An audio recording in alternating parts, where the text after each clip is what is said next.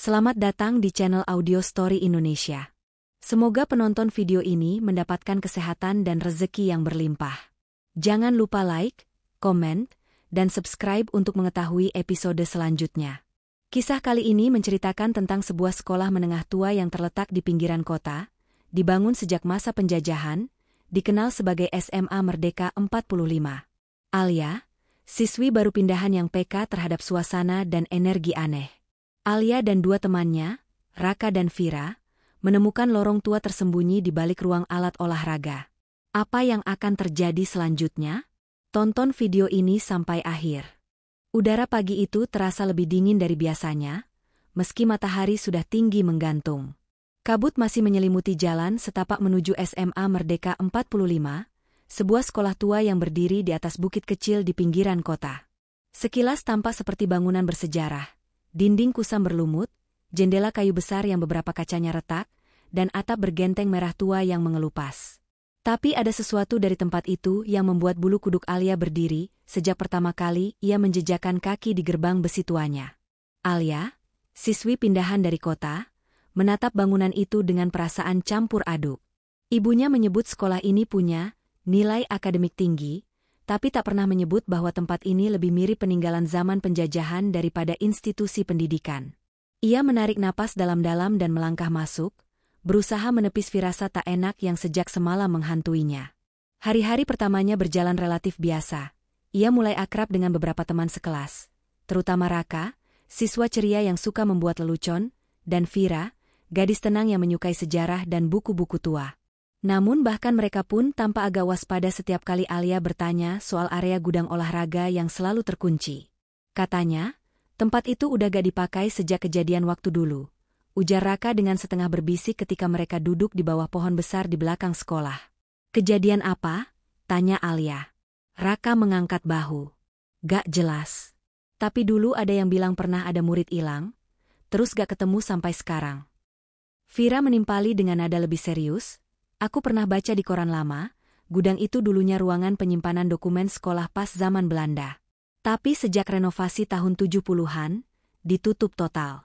Kepala sekolah gak pernah mau ngomong banyak soal itu. Ketika malam tiba, Alia tak bisa tidur. Ia bermimpi aneh, berjalan di lorong sempit dengan dinding batu, mendengar suara tangisan dan rantai yang diseret. Saat ia terbangun, bajunya basah oleh keringat dingin. Ia menatap langit-langit kamarnya dengan jantung masih berdetak kencang. Esoknya, rasa penasaran itu berubah jadi obsesi. Ia memperhatikan lebih detail struktur bangunan sekolah. Di dekat ruang alat olahraga, ia melihat satu pintu kecil tersembunyi di balik lemari tua dan tumpukan bangku rusak. Ketika ia mendekat, bau logam berkarat menyeruak. Aneh, pintu itu tak tercantum di peta denah sekolah. Ayo lihat ke dalam, bisik Alia pada Raka dan Vira saat jam pelajaran kosong. Mereka menyelinap ke ruangan itu dan mulai mendorong lemari perlahan. Di baliknya, tampak jelas, pintu besi tua dengan engsel yang nyaris lepas, penuh karat dan goresan yang menyerupai cakaran. Ini gak kayak gudang biasa, kata Vira dengan suara kecil. Raka, yang biasanya penuh percaya diri, tampak ragu. Kayaknya kita gak seharusnya di sini. Namun Alia sudah terlanjur merasa terpanggil. Ia menyentuh gagang pintu itu, dingin, seolah baru saja disentuh oleh sesuatu dari bawah tanah. Saat ia menoleh ke arah teman-temannya, matanya menangkap sesuatu di dinding, coretan samar dengan kapur putih, hampir tak terbaca.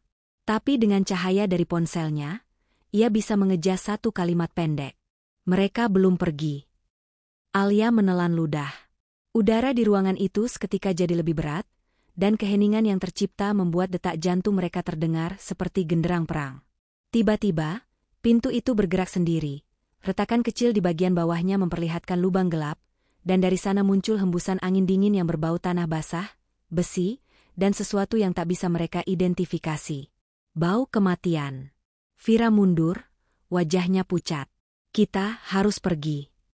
Tapi sebelum mereka bisa berbalik, langkah kaki seseorang terdengar di koridor luar.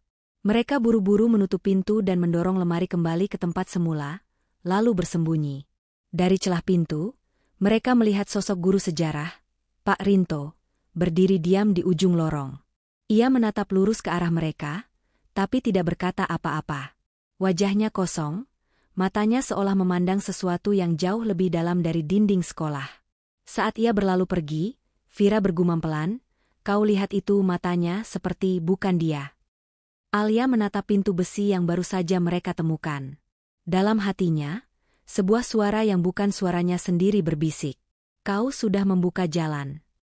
Dan sejak hari itu, sekolah tak lagi terasa seperti sekadar tempat belajar. Alia tahu, mereka baru saja menyentuh sisi tergelap dari sejarah yang selama ini terkubur di bawah fondasi tua itu. Sejak kejadian di depan pintu besi tua itu, hari-hari Alia tak pernah sama. Ia mulai merasa diawasi. Bukan oleh guru atau teman-temannya, tapi oleh sesuatu yang tak terlihat. Sesuatu yang mengikuti dari balik bayangan, dari lorong-lorong gelap dan ruangan kosong. Tatapan kosong Pak Rinto malam itu terus terbayang, dan suara berbisik dalam mimpinya semakin sering terdengar. Di kelas, Alia tak bisa fokus. Setiap kali melewati lorong belakang, ia merasakan hawa dingin yang tak dirasakan orang lain. Raka dan Vira mencoba mengabaikannya, tapi keduanya juga mulai terganggu oleh mimpi buruk dan rasa sesak aneh setiap kali berada dekat gudang olahraga. "Aku mimpi aku dikunci dalam ruangan batu. Lembab. Dan ada suara-suara," ujar Vira dengan mata sembab suatu pagi. "Aku gak tahu kenapa, tapi aku merasa aku pernah ada di sana." Raka hanya mengangguk, tidak bisa berkata apa-apa. Ia juga punya mimpi yang sama. Mereka bertiga mulai menyadari bahwa semua ini bukan kebetulan. Hari itu, sepulang sekolah, mereka memutuskan untuk mencari petunjuk di perpustakaan lama yang terletak di lantai 2 gedung barat. Ruangan itu jarang dikunjungi murid karena koleksinya dianggap kuno dan membosankan. Tapi bagi Vira, tempat itu adalah surga tersembunyi, dan mungkin satu-satunya tempat yang bisa menyimpan jejak sejarah kelam sekolah mereka. Setelah 1 jam menyusuri rak demi rak yang berdebu, Alia menemukan sebuah jurnal tua yang terjepit di antara buku-buku lusuh. Kulitnya dari kulit coklat retak, dan halaman-halamannya sudah menguning. Di sampulnya tertulis, "Catatan Harian, RS, Kelas 3B, tahun 1957. RS, siapapun itu, ternyata murid SMA Merdeka 45 lebih dari setengah abad lalu." Mereka bertiga membacanya perlahan. Halaman-halamannya penuh dengan catatan tentang keseharian sekolah, guru-guru galak, teman-teman yang suka menjahili, sampai pada satu entry yang membuat darah mereka berdesir. 5 April 1957. "Aku melihat mereka lagi malam ini. Sosok-sosok berdarah yang berdiri di depan ruang alat. Mereka tidak berbicara. Hanya menatapku. Seolah meminta sesuatu. Aku bilang pada Pak Guru, tapi dia bilang aku terlalu banyak membaca buku seram. Tapi aku tahu mereka nyata. Aku tahu, sekolah ini menyimpan sesuatu yang lebih tua dari siapapun yang ada di sini sekarang." Alia menatap dua temannya. Wajah Vira tampak pucat. Berarti mereka juga muncul dulu, gumam Raka, dan guru-guru tahu. Tepat saat itu, suara buku jatuh terdengar dari sudut ruangan. Mereka terdiam. Rak buku di pojok kanan perlahan bergoyang sendiri, seolah ada angin lewat. Tapi jendela tertutup rapat. "Udah, ayo keluar dari sini," bisik Vira. Di lorong menuju tangga, mereka berpapasan dengan seseorang yang membuat langkah mereka terhenti. Davin. Siswa seangkatan mereka, tapi hampir tak pernah bicara. Selalu menyendiri, dan selalu muncul di tempat-tempat yang tidak seharusnya. Seperti sekarang. "Kalian baca jurnal itu, ya?" tanyanya, tanpa basa-basi. Mereka bertiga menoleh kaget. "Dari mana kamu tahu?" tanya Alia hati-hati. "Aku pernah baca juga. Tapi bukan di perpustakaan. Di rumahku." "Rumahmu?" Davin mengangguk. "Rumahku dulunya bagian dari kompleks sekolah ini. Sebelum dibagi-bagi jadi rumah dinas. Kakekku dulu kepala penjaga sekolah zaman Belanda. Dia tinggal di sana." Alia merinding. "Berarti kamu tahu soal lorong itu?" Davin menatap mereka satu persatu sebelum akhirnya berkata pelan, "Ada ruang di bawah rumahku. Terkunci sejak aku kecil. Tapi aku punya kuncinya. Aku selalu takut membuka. Tapi kalian sudah memulainya, kan?" Sejenak tidak ada yang bicara. Suasana di koridor menjadi lebih sunyi dari biasanya, dan langkah-langkah siswa lain terasa begitu jauh, seperti datang dari dunia yang berbeda. Aku ikut, kata Alia. Mantap. Kita harus tahu semua. Raka dan Vira ragu, tapi akhirnya mengangguk pelan. Mereka sepakat untuk datang ke rumah Davin keesokan malam. Malam itu, sebelum tidur, Alia kembali bermimpi. Tapi kali ini bukan tentang lorong gelap. Ia berada di sebuah ruangan sempit, dengan dinding batu dan suara jeritan sayup-sayup. Di hadapannya, ada seseorang berdiri membelakanginya, berseragam kolonial tua, memegang kunci besar, dan perlahan berbalik menatapnya. Matanya kosong, dan bibirnya bergerak, meski tanpa suara. Ketika Alia terbangun, keringat membasahi tubuhnya. Tangannya bergetar. Ia menatap cermin di kamarnya. Di lehernya, ada bekas merah seperti cekikan. Langit malam tampak kelam, seolah turut menyembunyikan sesuatu.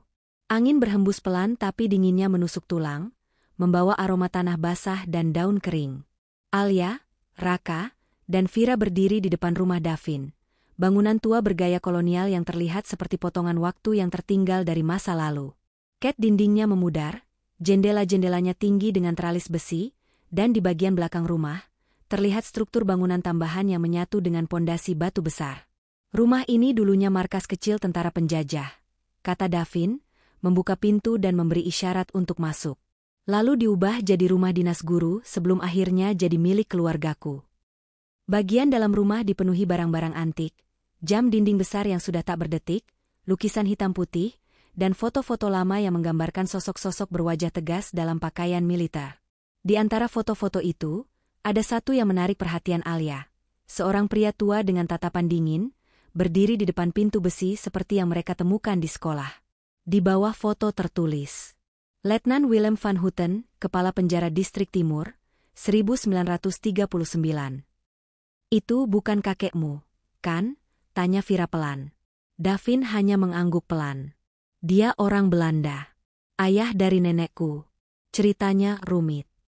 Tanpa banyak bicara lagi, Davin membawa mereka ke perpustakaan kecil di rumahnya. Di sana, ia menarik rak buku yang ternyata tersembunyi di rel khusus. Di baliknya, ada pintu kayu dengan gembok tua yang sudah berkarat. Ia mengeluarkan sebuah kunci logam dari kalung yang ia sembunyikan di balik baju. Klik. Pintu terbuka perlahan, mengeluarkan derit panjang yang menggores keheningan. Tangga batu menurun ke bawah tanah, diterangi cahaya lampu senter dari ponsel mereka. Langkah kaki mereka menggema, dan hawa lembab serta aroma karat menyergap begitu mereka menuruni lorong sempit itu.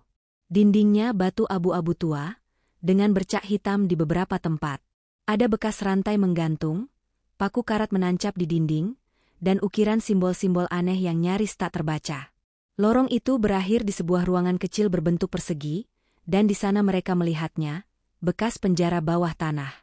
Terdapat 3 sel kecil dengan jeruji besi bengkok dan pintu kayu berat. Ini bukan gudang. Ini ruang penyiksaan, gumam Raka, terpaku. Di sudut ruangan, Vira menemukan tumpukan tulang-tulang kecil yang tertutup debu dan kain lap. Sebagian masih memiliki sisa pakaian robek dengan motif batik zaman dulu. Alia menahan napas, dadanya terasa berat. Aku rasa mereka gak pernah dikubur, bisik Vira. Mereka mati di sini. Alia mendekati dinding dan menyentuh permukaannya. Bekas cakaran. Panjang, dalam, dan penuh darah yang sudah mengering dan menghitam. Ia merasa ngeri membayangkan betapa kerasnya seseorang mencoba keluar dari tempat ini. Davin membuka kotak tua berisi benda-benda peninggalan yang ia temukan sejak kecil. Surat-surat, foto usang, dan satu benda yang membuat napas Alia tercekat. Sebuah catatan tangan dari seorang tahanan. Tulisan terguncang, tinta pudar, tapi isinya terbaca. Jika surat ini sampai ke dunia luar, tolong beri kami pengakuan. Kami mati bukan sebagai musuh. Kami hanya ingin pulang. Arwah kami terperangkap, dan waktu tidak menyentuh kami di tempat ini. Seketika, lampu senter Raka berkedip, dan terdengar suara gemeretak dari dalam salah satu sel. Mereka menoleh bersamaan. Sesuatu di balik kegelapan bergerak, pelan, nyaris seperti merangkak. Siapa di sana? Suara Raka gemetar. Tak ada jawaban. Tiba-tiba, Vira jatuh berlutut sambil menutup telinganya. Ia mulai menggumam dalam bahasa yang tidak mereka pahami. Lidahnya menjulur, dan matanya terbuka lebar, nyaris seluruhnya putih. Dari bibirnya keluar suara berat, bukan suaranya sendiri, bahasa Belanda kuno. De zich hier, de zich nooit weggegaan. Mereka ada di sini, mereka tidak pernah pergi. Davin langsung menarik Vira, sementara Alia menampar pipinya untuk menyadarkannya. Setelah beberapa detik, Vira kembali tersadar dengan napas tersengal dan mata berlinang. Ada banyak dari mereka. Di balik tembok. Mereka terjebak. Katanya, suaranya nyaris berbisik. Mereka lihat kita. Mereka tahu kita di sini. Alia berdiri membeku. Perasaannya mengatakan satu hal pasti, ini bukan lagi sekadar penemuan sejarah. Ini adalah sarang luka masa lalu yang tidak pernah tertutup. Dan sekarang, telah terbuka kembali. Sebelum meninggalkan ruang bawah tanah, Alia menoleh sekali lagi ke dalam salah satu sel. Ia bersumpah melihat sosok bayangan duduk membelakanginya, rambut panjang menutupi wajahnya, dan kedua tangannya masih dirantai di dinding. Ketika mereka kembali naik ke permukaan dan menutup pintu ruang bawah tanah, Davin berkata pelan, "Kalian belum sepenuhnya percaya, tapi mereka akan buat kalian percaya. Mereka akan menunjukkan semuanya." Dan malam itu, saat kembali ke rumah masing-masing, ketiganya tahu, mereka bukan sekadar saksi. Mereka telah menjadi bagian dari cerita yang tak pernah diceritakan. Sejak malam itu, sesuatu berubah. Bukan hanya pada Alia, Raka, dan Vira, tetapi juga pada sekolah. Suasana yang dulu hanya terasa tua dan sepi, kini benar-benar mencekam. Udara lebih dingin dari biasanya, bel sekolah sering berbunyi sendiri di jam yang salah, dan beberapa siswa mulai mengeluh mendengar suara-suara aneh saat sendirian. Di ruang kelas, kursi Alia pernah tergeser sendiri hingga terdorong ke sudut ruangan. Raka pernah melihat sosok berjalan menembus dinding koridor saat ia pulang terlalu malam dari kegiatan ekstrakurikuler. Vira, yang paling peka, mulai mengalami hal terburuk. Ia kerap kesurupan di tengah pelajaran, berbicara dengan suara yang bukan miliknya, suara pria tua yang memohon, atau kadang mengancam. Guru-guru menganggap itu histeria remaja. Tapi Pak Rinto, guru sejarah yang dulu menatap mereka kosong di lorong, tampak lebih gelisah dari sebelumnya. Ia sering memandangi jendela lama di ruang guru, sambil menggenggam rosario kecil di tangannya. Suatu hari, Alia memberanikan diri menemui Pak Rinto setelah jam pelajaran. "Pak, saya tahu ini terdengar gila, tapi kami menemukan ruang bawah tanah. Di rumah Davin. Kami tahu ada sesuatu yang terjadi di masa lalu. Sesuatu yang tidak pernah diceritakan." Pak Rinto menatapnya lama, lalu menghela napas berat. Ia menutup pintu ruang guru dan menyuruh Alia duduk. Setelah hening cukup lama, ia mulai berbicara dengan suara pelan, nyaris berbisik. "Kau tahu, nak, saya lahir di sini. Ayah saya dulu penjaga sekolah ini. Ia pernah bilang, ada hal-hal yang tidak boleh diungkit, karena akan membangunkan yang seharusnya tetap tidur." Alia menelan ludah. Dulu, tempat ini memang penjara bawah tanah. Tapi bukan penjara biasa. Di masa penjajahan Jepang, tempat itu digunakan untuk menahan dan menyiksa para pejuang serta warga sipil yang dicurigai. Tak ada catatan resmi, karena semuanya dihapus. Dibakar. Dibuang ke sungai. "Mereka disiksa?" tanya Alia, suaranya bergetar. Pak Rinto mengangguk perlahan. "Dan dibunuh. Masel. Banyak di antaranya dikubur hidup-hidup di bawah sana. Karena terlalu penuh, sebagian dipaku di dalam dinding bata. Kau tahu apa artinya itu, kan?" Alia tak bisa menjawab. Mereka tidak pernah dikuburkan dengan layak. Dan karena itu, mereka tidak pernah pergi. Pak Rinto berdiri dan membuka laci mejanya. Ia mengeluarkan sebuah peta tua yang sudah hampir robek, bergambar denah sekolah lama dan kompleks bawah tanahnya. Dengan jari gemetar, ia menunjuk sebuah titik. "Inilah yang kalian lihat. Tapi ada bagian lain, Alia. Lorong utama, yang tertutup oleh renovasi lantai dasar aula lama. Dan tempat itu belum pernah dibuka sejak 1946. Bahkan arsitek Belanda terakhir yang membangun sekolah ini, menghilang tanpa jejak setelah menggambar denah ini." Alia merasa darahnya mengalir lebih cepat. Jantungnya berdegup kencang. Tempat yang mereka datangi, hanya permulaan. Esok malamnya, mereka berkumpul kembali di rumah Davin. Kali ini, wajah Vira pucat dan tubuhnya gemetar hebat. Mereka bicara ke aku, bisiknya, saat aku tidur. Mereka marah. Mereka tahu kita belum ke tempat utama. Mereka bilang, roh-roh yang tersisa akan bangkit kalau kita terus mengabaikannya. Bangkit? Ulang Raka, setengah tak percaya. Bukan untuk membalas, tapi untuk didengar, untuk dilihat, untuk dikenang. Davin menambahkan, aku menemukan salinan buku harian dari Letnan Van Houten. Isinya menjijikkan. Ia menulis dengan bangga bagaimana dia menghapus 137 jiwa dalam 2 bulan atas perintah militer. Ia menunjukkan halaman dengan tulisan tangan kaku dan penuh noda darah yang mengering. Mereka berteriak. Mereka berdoa. Tapi kami lebih kuat. Keadilan adalah hak penjajah. Mereka hanyalah bayangan yang menunggu pupus. Alia mengepalkan tangan. Tidak. Mereka bukan bayangan. Mereka korban. Mereka sepakat, mereka harus menemukan lorong utama yang disebut Pak Rinto. Mereka harus membukanya. Bukan karena rasa ingin tahu semata, tapi karena kini mereka tahu, roh-roh itu bukan hanya ingin menghantui.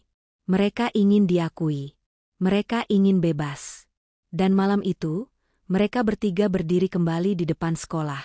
Dalam kegelapan, dengan peta tua di tangan dan cahaya remang bulan sebagai saksi, mereka mulai menggali fondasi di balik aula lama yang kini terbengkalai. Saat cangkul pertama menghantam lantai, tanahnya terasa lunak. Bekas, seperti belum sepenuhnya tertutup. Dan saat suara kayu tua pecah terbuka, udara di sekitar mereka berubah. Lebih dingin. Lebih berat. Seperti napas dunia bawah mulai mengalir kembali ke permukaan. Lalu terdengar suara, lirih, pelan, dan penuh luka. Akhirnya kalian mendengar. Langit seperti mati malam itu. Tak ada bintang. Tak ada bulan. Hanya gelap yang tebal menggantung di atas bangunan tua SMA Merdeka 45. Alia, Raka, Vira, dan Davin berdiri di depan lubang besar yang mereka gali malam sebelumnya, tepat di balik aula lama yang tak terpakai. Di bawahnya, lorong batu terhampar, lebih besar, lebih gelap, dan jauh lebih dalam dari yang pernah mereka lihat. Bau besi karat, darah kering, dan tanah basah menyeruak begitu mereka melangkah turun. Langkah mereka disambut kesunyian yang ganjil. Bukan sunyi biasa. Ini sunyi yang seolah menyembunyikan bisikan, jeritan, dan desah napas yang tertahan selama puluhan tahun. Dinding lorong dipenuhi ukiran kasar. Bukan ukiran dekoratif, tapi simbol dan tulisan tangan para tahanan. Nama-nama. Pesan terakhir. Permohonan. Tolong aku, anakku masih bayi. Maaf, Bu. Aku tak bisa pulang. Jika ada yang membaca ini, tolong ceritakan padaku bahwa hidupku pernah berarti. Alia membaca semuanya dengan napas tercekat. Di antara coretan itu, ada simbol aneh yang muncul berulang-ulang, sebuah lingkaran dengan garis-garis menyilang di tengah. Davin berkata pelan, itu simbol penyegelan. Menurut buku catatan Letnan Van Houten, mereka menguncinya dengan mantra kepercayaan kuno, bercampur dengan ajaran mistik timur dan barat. Mereka ingin roh-roh ini terkunci selamanya. Mereka tiba di ujung lorong, sebuah ruang besar seperti kapel bawah tanah, dengan langit-langit melengkung dan altar batu di tengahnya. Di sekeliling ruangan, terdapat 7 pintu baja kecil. Davin membacakan catatan dari buku yang ia bawa. 7 pintu. 7 korban utama. Mereka yang memimpin pemberontakan dan dibantai paling terakhir. Roh mereka paling kuat. Selama pintu tak dibuka, mereka tetap terkurung. Tapi jika segel rusak, dunia atas akan mendengarnya. 1 pintu terlihat terbuka sedikit. Hanya 1. Dan di sanalah hawa paling dingin berasal. Tiba-tiba, Vira terdiam. Wajahnya menegang, dan tubuhnya mulai gemetar seperti sebelumnya. Tapi kali ini, ia tidak kesurupan. Ia melihat. Ada mereka, bisiknya. Semua berdiri di balik pintu. Menatap kita. Tapi yang satu di antara mereka bukan korban. Dia yang mengunci mereka. Alia merasakan tekanan berat di dadanya. Di ujung ruangan, muncul siluet bayangan, tinggi, dengan mantel panjang, dan mata putih kosong yang bersinar samar dalam gelap. Letnan Van Houten. Bayangan itu tidak bicara. Tapi mereka semua mendengar suaranya, langsung di dalam kepala. Kalian membuka pintu ini. Maka kalian harus jadi bagian dari cerita ini. Lampu senter Raka padam. Vira berteriak. Dinding mulai bergetar, dan dari 7 pintu, terdengar suara keras seperti pukulan, jeritan, dan isak tangis. Mereka berlari menuju tangga lorong, tapi jalan sudah runtuh di belakang mereka. Batu besar menutup satu-satunya jalan keluar. Ruangan itu mulai berubah. Udara makin tipis. Nafas makin sulit. Seolah tempat itu menolak kehadiran orang hidup. Kalau mereka ingin diakui, kita harus dengar, ujar Alia, berusaha tenang. Kita harus tahu nama mereka. Cerita mereka. Davin menarik keluar buku catatan tua, dan membacakan satu persatu nama yang tercatat. Dengan setiap nama yang disebut, satu pintu mulai menyala samar dengan cahaya kebiruan. Roh yang dulunya marah kini terdengar tenang. Tapi ketika tinggal satu pintu tersisa, pintu yang terbuka sejak awal, cahaya merah menyala dari dalam. Angin deras berhembus dari baliknya, dan dari sana, muncul sesosok roh yang berbeda dari yang lain. Bukan manusia. Tubuhnya besar, seperti gabungan tulang dan daging terbakar. Wajahnya tak berbentuk, hanya terdiri dari mulut-mulut yang terus berbisik dan mata-mata yang tak bisa menatap satu arah. Ia bukan korban, kata Davin. Ia penjaga. Kutukan. Roh itu merangkak ke tengah ruangan, mencengkeram altar batu, dan berteriak dengan suara yang memecahkan kepala mereka. Tak ada pengampunan. Tak ada penguburan. Tak ada jalan keluar. Alia berdiri gemetar, tapi matanya tak berpaling. Kami dengar kalian. Kami lihat kalian. Kami akan cerita pada dunia luar. Dan entah kenapa, itu cukup. Bayangan raksasa itu perlahan mundur, seperti terserap ke dalam cahaya di lantai. Gemuruh berhenti. Udara kembali. Pintu yang mengurung mereka perlahan terbuka. Jalan keluar terbuka lagi. Mereka naik dengan langkah gontai, tubuh penuh debu dan luka. Tapi ketika mereka mencapai permukaan, langit mulai terang. Fajar muncul di balik gedung sekolah, dan untuk pertama kalinya dalam seminggu, mereka merasa ringan. Seminggu kemudian, berita mulai menyebar. Media lokal menulis tentang penemuan ruang bawah tanah kolonial yang dipenuhi peninggalan sejarah. Tim arkeolog datang. Pemerintah turun tangan. Nama-nama korban akhirnya tercatat, dipasang di sebuah monumen kecil di halaman belakang sekolah. Namun bagi Alia, Raka, Vira, dan Davin, mereka tahu kebenaran yang lebih dalam dari berita manapun. Mereka tahu suara-suara itu akan selalu ada, mengintip dari sela-sela waktu, menunggu untuk didengar kembali. Dan suatu malam, saat Alia duduk di kamar sendirian, jendela kamarnya terbuka sendiri. Angin berhembus lembut, membawa bisikan. Terima kasih. Terima kasih sudah menonton video ini. Sampai jumpa di video selanjutnya.